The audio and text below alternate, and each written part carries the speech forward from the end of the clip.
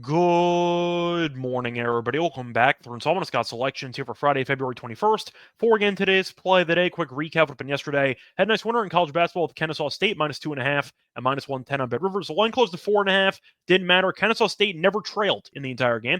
Looked great from the opening tip, and they were able to basically dominate the entire game as they won by 10. So sweat free. Look for the winner here on Friday. For the next play, the one to Rhyme number, plays on our website. So the website, the promo code WEH45 to get a core purchase. Plus a reminder, hit the like button, subscribe to the channel. For the extra play, though, going to college basketballs again. We're going to match it between Sacred Heart and Merrimack, taking place at around 7 p.m. Eastern Time. And for this game, we're going to go with the total. Going to go with the under 143 and -110 on Caesars.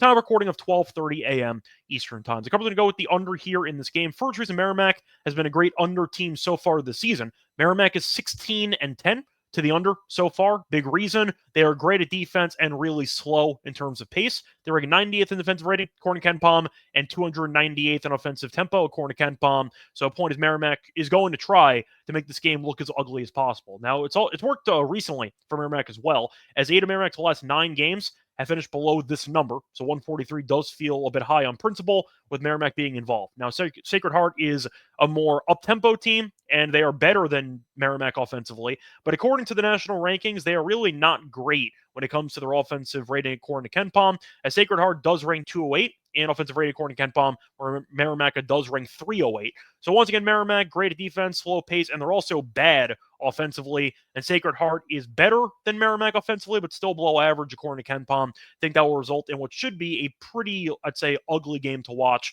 over these 40 minutes, en route to an under in this game. Merrimack, I said before, has been good to the under. They have been insane to the under at home this season. They've played 10 home games, and all 10 of those games have finished below 132 at home.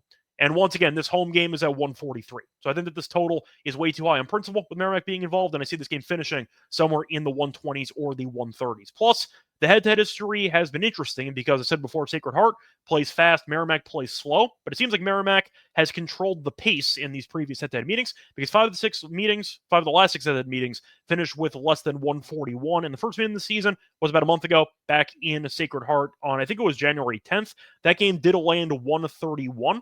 So first game in Sacred Heart was still a defensive slugfest, where each team got into the mid-60s. I see a similar story here. I think 143, though, is too high when Merrimack has been a great under team. Once again, top 90 in defensive rating according to KenPom. They rank 298 in overall tempo. Sacred Heart, not great at offense in general. Merrimack is pretty bad offensively at 308 according to KenPom. And Merrimack has played 10 home games this season. All 10 have finished below 133.